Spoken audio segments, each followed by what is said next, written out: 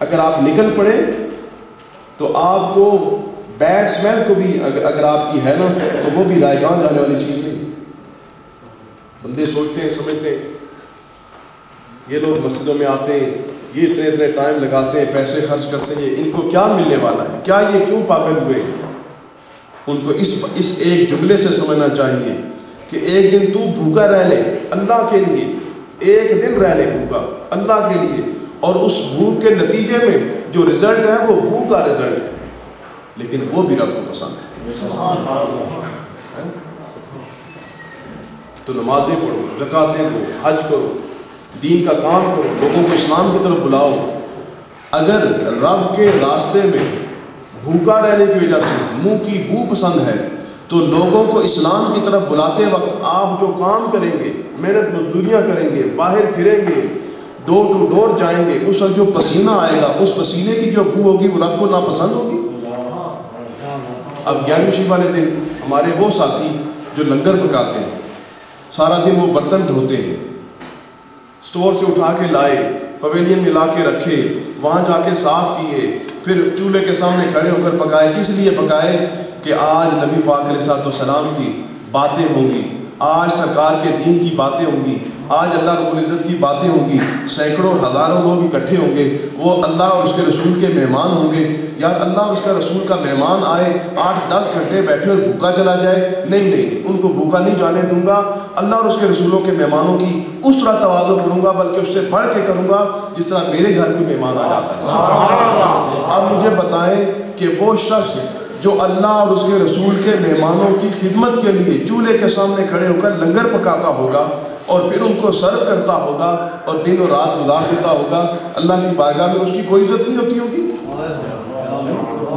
سمجھے بات کو. یہ ہمارے وہ ساتھی جو لنگر پکاتے ہیں, دیکھ بھال کرتے ہیں, وہ اس ایک جملے سے دیکھیں کہ اگر روزہ رکھنے کی وجہ سے, ایک دن بھوکا رہنے کی وجہ سے وہ بھوک آپ کو پسند ہے, تو اللہ اور اس کے رسول کے جو مہمان آئے ہوں, دین کی بات سننے کے لیے اکٹھے ہوئے ہوں, ان کو جس وقت کھانا پیش کیا جاتا ہوگا, ان ساتھیوں کے کپڑوں سے اور چولہے کے سامنے کھڑے ہونے کی وجہ سے, گرمی کی وجہ سے جو پسینہ نکلتا ہوگا اور پسینے سے جو بو آتی ہوگی, اس کی عزت رب کی بارگاہ میں کیسے ہوگی. بہت سارے ہم نے ایسے بھی دیکھے ہیں جو کان چراتے پھرتے ہیں, کام نہیں کرتے, دوڑتے بھاگتے ہیں, وہ بھی دیکھ لیں, اور جو کام کرتے ہیں وہ بھی دیکھ لیں. میرا وجدان تو یہی کہتا ہے کہ اگر بھوکا رہنے سے منہ کی بو رب کو پسند ہے تو لوگوں کا پیٹ بھرنے کے لیے جو بندے کو پسینے کے راستے سے گزرنا پڑتا ہے, اس پسینے کی خوشبو بھی رب کو پسند ہے. اور سرکار فرماتے ہیں کہ اللہ تعالیٰ ارشاد فرماتا ہے کہ میرا بندہ جس وقت روزہ رکھتا ہے نا, پھر اس کو شام کے 2 خوشیاں ملتی ہیں. ایک خوشی کیا ہوتی ہے, بندہ جس وقت روزہ افطار کرتا ہے تو روزے کی افطاری کے وقت وہ کھاتا ہے, کھاتے وقت اس کو خوشی ملتی ہے. اب یہ رب فرما رہا ہے. بعض بندے کہتے ہیں وہ کھا کے بڑا خوش ہو رہے, 11ویں میں کہ کھا کے آئے, انہوں نے لنگر جاری کیے ہوئے. میں آپ کو وہ حدیث انشاءاللہ پیش کروں گا جس میں سرکار سے پوچھا گیا کہ وہ کون سی جو ایسی نیکیاں جو رب کے قریب کرتی ہیں. سرکار نے ان میں سے جو پہلی بات فرمائی وہ یہ کہ لوگوں کو کھانا کھلانا. نبی پاک صلی اللہ علیہ وسلم جب مدینہ طیبہ گئے تھے, مدینہ طیبہ میں جس وقت آپ ہجرت کے وہ پہلا دن جس وقت لوگ آپ سے ملنے کے لیے آئے تھے, اس وقت سرکار نے جو گفتگو چند جملے ارشاد فرمانے کے بعد جو پہلی بات کہی تھی وہ یہی تھی کہ لوگوں کو کھانا کھلایا. یہ کھانا کھلانا کوئی ہماری اپنی بات نہیں ہے. ایک تو ویسے ہی بات ہے کہ آپ کے گھر کوئی آئے 10 گھنٹے بیٹھا رہے, شامی آنکھوں کوئی چوڑا کھاسو جتنا باہر واپسی نہ ہو.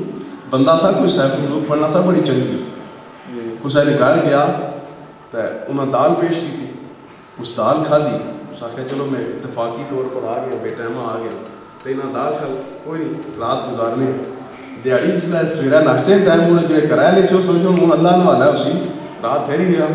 اس آخیا کہ یہ بڑا چنگا گرانت سونا بڑی خوبصورت ٹھہر سکے 2 دیہڑے. سویرا بھی دال, شامی کا نام سے دوبارہ روٹی کا سونا ہوں تک کوئی دیہڑے نہیں ٹائم لب آپ کو ککڑ شکڑ ہے وہ جو ہے پھر شامی پھر دال. جب 2 دن گزرے دال پر دال دال پر دال، وہ آخر نہیں رہا یہ کیا بندہ ہے، کیسے لوگ یہ دال پر دال کھلانے.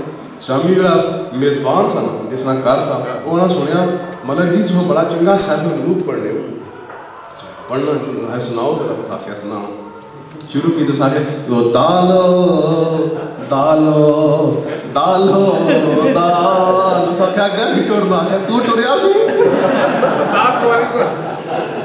تو اگر ٹور تو میں بھی کوئی ٹورا لوں.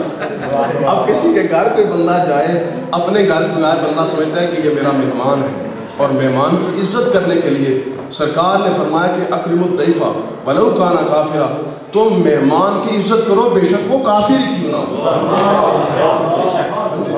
مثلا ایک آدمی بہت زانی ہے، ڈاکو ہے، چور ہے، شرابی ہے، کبابی ہے، وہ اس کا اپنا عمل ہے، تمہارے گھر آ جائے اس کی عزت کرو.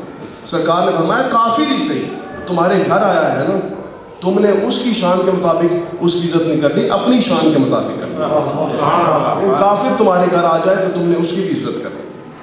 اب اگر کافر بھی مہمان آ جائے تو گھر میں کوئی اچھی چیز ہوگی تبھی اس کی عزت ہو سکے گی، جو پیش کرو گے اس کو کھانے کے لیے دو گے اس کو.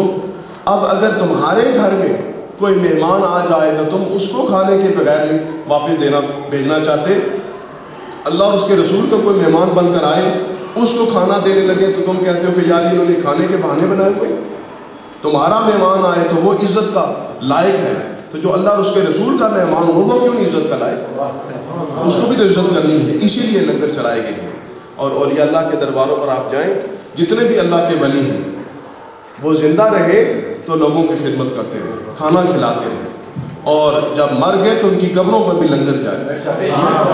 والی بغداد شاہ جیلان رضی اللہ تعالیٰ سے کسی نے پوچھا تھا آپ کو سب سے اچھی بات کون سی لگتی ہے؟ کہا مجھے سب سے اچھی بات یہ لگتی ہے کہ میں لوگوں کو کھانا کھلاتا ہوں. یعنی میرا دسترخوان ہر وقت لوگوں سے بھرا رہے، لوگ آتے رہے اور رب مجھے دیتا رہے، میں سب کو کھانا کھلاتا ہوں. اب سرکار اللہ تعالیٰ کیا چاہتا فرما رہا ہے کہ بندے کو خوشی ہوتی ہے جس وقت وہ افطاری کرتا ہے. اس کا مطلب کھانا کھانے سے بھی، اللہ کا رزق کھانے سے بھی بندے کو خوشی ہوتی ہے. اب بندہ کہ نہیں میں روزے کے وقت بھی کھا بھی رہا ہوں پر مجھے دل نہیں تھا کھانے کا، نہیں، یہ اللہ نے جس نے ہمیں پیدا کیا ہے نا، جس نے ہماری فطرت کو بنایا، وہ کہتا ہے کہ بندہ جب روزہ کھولتا ہے خوش ہوتا ہے. تو روزہ کھولتے وقت خوش ہونا چاہیے، افطاری کرتے وقت خوش ہونا چاہیے. اللہ کی جو بہترین نعمت آپ کو مل رہی ہو وہ لیتے وقت خوش ہو کے کھانا چاہیے کہ اللہ نے مجھے رزق عطا فرمایا. اور دوسری جو بات ہے وَإِذَا لَقِيَ رَبَّهُ، اور پھر وہ اپنے رب سے ملتا ہے، رب سے ملتا ہے، یعنی نماز پڑھتا ہے تو پھر خوش ہوتا ہے. مومن کی جہاں کھانے والا بھی خوشی ہو سی تو نماز پڑھنے والا بھی خوش ہو. رب سے ملاقات یا یہاں یا وہاں، ملاقات جہاں بھی ہو بندہ خوش ہوتا ہے.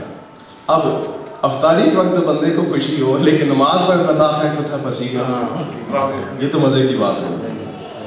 دعا کریں اللہ تعالیٰ ہمارے دل میں نماز کی محبت،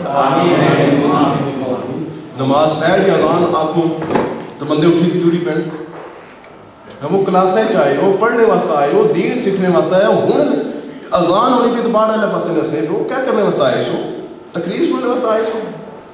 تقریر سننے کا فائدہ کیا اگر نماز نہ پڑھو. اس لیے توبہ کریں. رمضان آ رہا ہے، میں بھی وہ آپ کے سامنے حدیث پیش کرتا ہوں جو رمضان کی فضائل پر ہے، پھر آپ کو پتہ چلے گا. نماز پڑھنے کا ارادہ اور نیت کرو کہ رمضان آ رہا ہے مولا کریم، اس میں شیطان بھی قید ہوگا، شیطان بھی پابند ہوگا، جن بھی پابند ہوں گے، ہمارے وسوسے بند ہو جائیں گے. مولا کریم ہم تیری بارگاہ میں صدقے دل کے ساتھ ارادہ کرتے ہیں کہ ہم 5 نمازیں اچھے طریقے سے ادا کریں، وقت میں ادا کریں. جی ہمیں نیت کرنی ہے، رمضان کو اسی طرح نہیں گزار دینا. یہ میں نے درس کا اسی لیے آج یہ چوز کیا ہے روزے کے بارے میں، تاکہ میں آپ کا ذہن بناؤں، آپ کو تیار کروں کہ اب رمضان آ رہا ہے، نمازیں نکال کرو تو ہر پاس چیخو پانچ نہیں پہلے.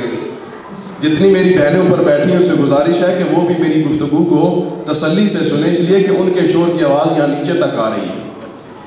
مہربانی فرمائیں جو بچے شور کر رہے ہیں ان کو بھی منع کریں، اور جو بہنیں آپس میں اس وقت میں گفتگو ہیں وہ ایک دوسرے کو بہت ضروری باتیں سنا رہی ہیں، کلاس کے بعد باہر گاڑی میں بیٹھ کے سنا لینا، لیکن ابھی میری باتیں سنیں.